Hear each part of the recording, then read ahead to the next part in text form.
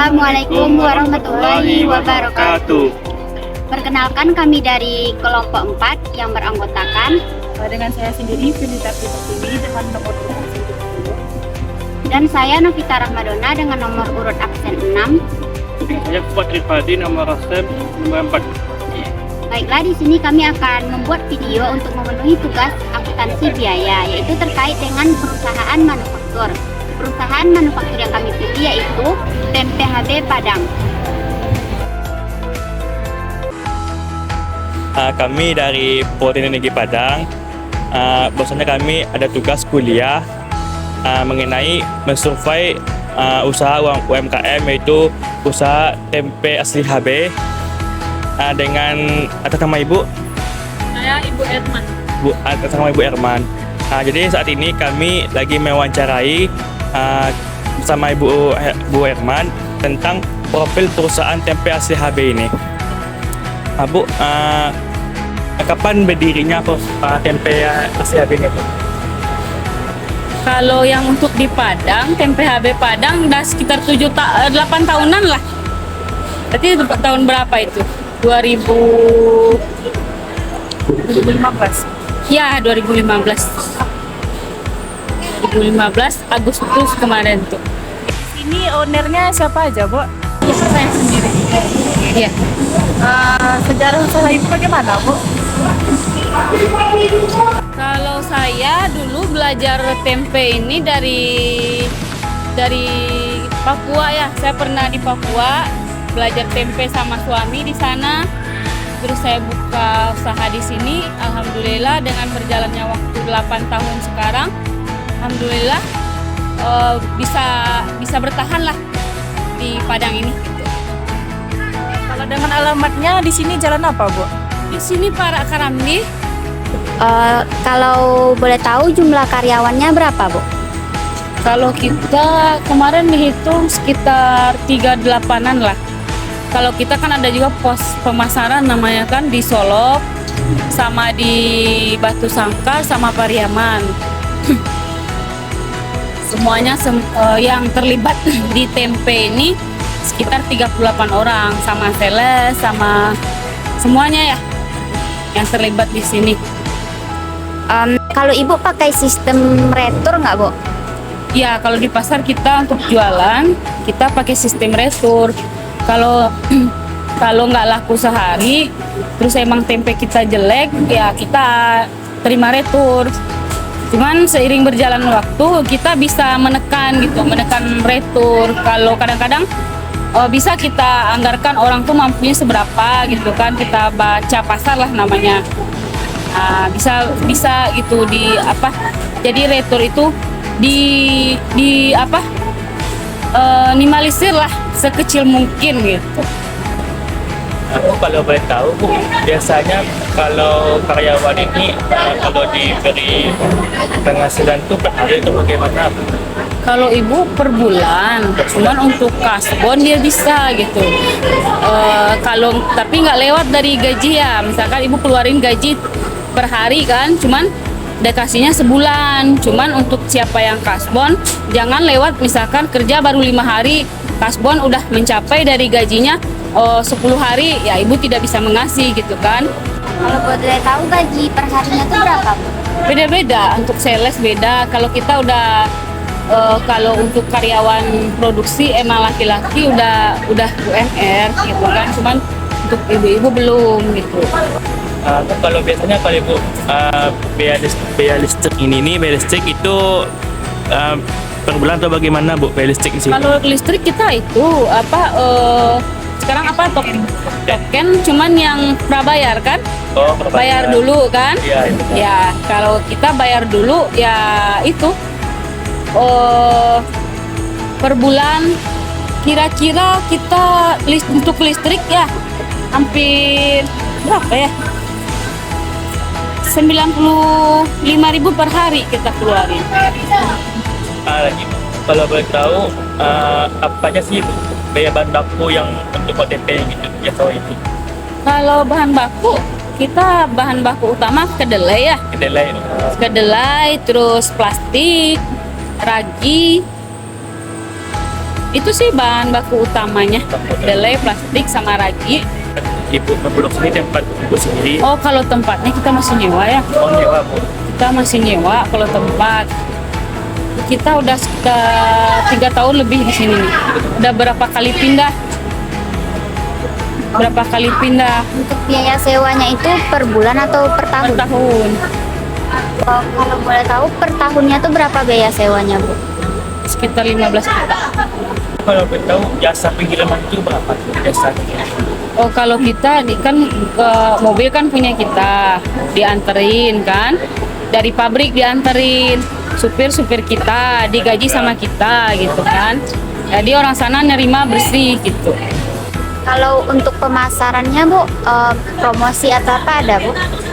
Iya, selalu kita promosi di media sosial juga.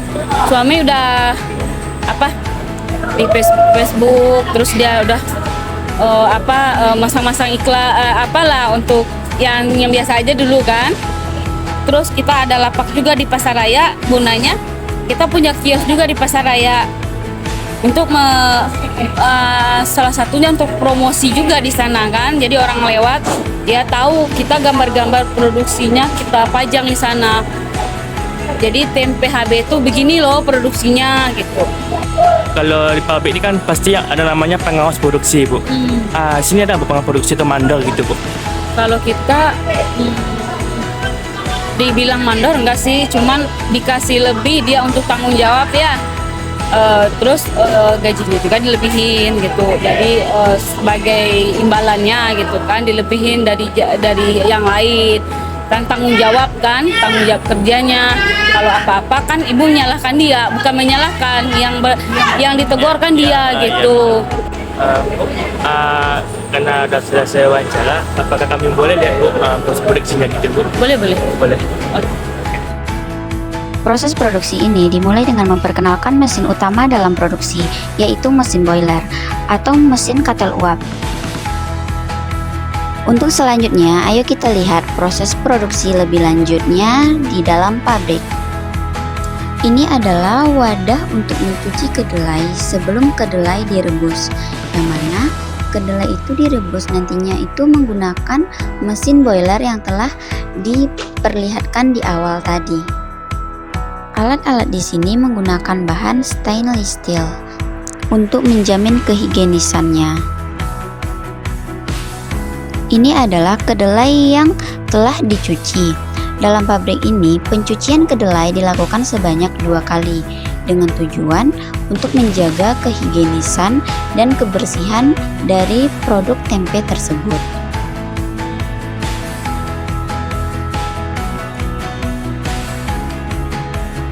Selanjutnya kita masuk pada tahap penggilingan.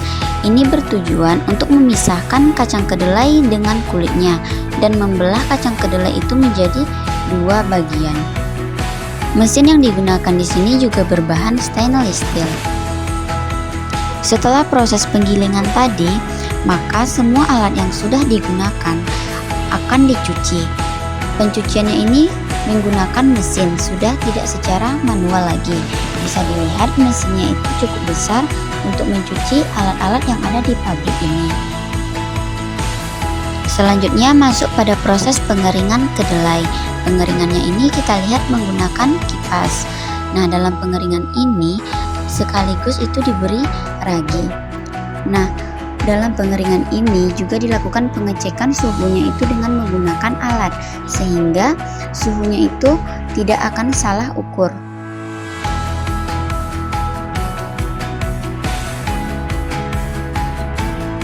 Ini adalah tempat penyimpanan alat dan bahan produksi kering.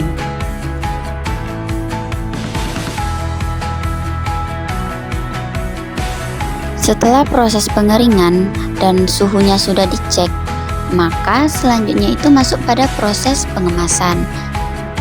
Dalam proses pengemasan ini, kacang kedelai ditimbang terlebih dahulu untuk memastikan ukuran dan beratnya. Untuk kemasan yang digunakan yaitu berupa kemasan plastik dengan mencantumkan label dari perusahaannya.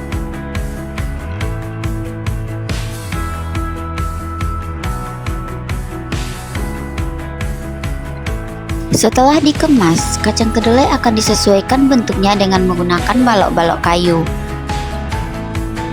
Dan kemudian akan ditata dan disusun dengan rapi di atas rak-rak yang berada di dalam ruang fermentasi.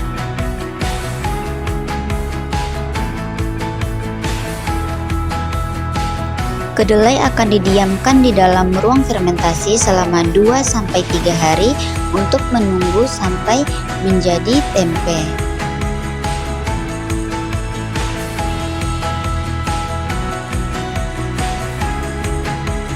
Ayo kita lihat tempe yang sudah jadi.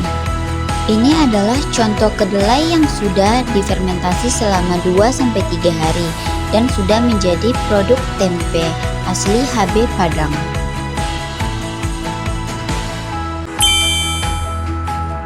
Berikut adalah profil dari perusahaan tempe asli HB Padang.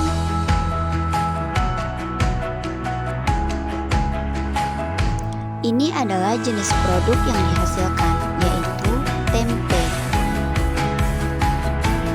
Selanjutnya itu adalah jenis biaya yang dikeluarkan, yang mana terbagi 3, yaitu biaya bahan baku langsung, biaya tenaga kerja langsung, dan biaya pabrik.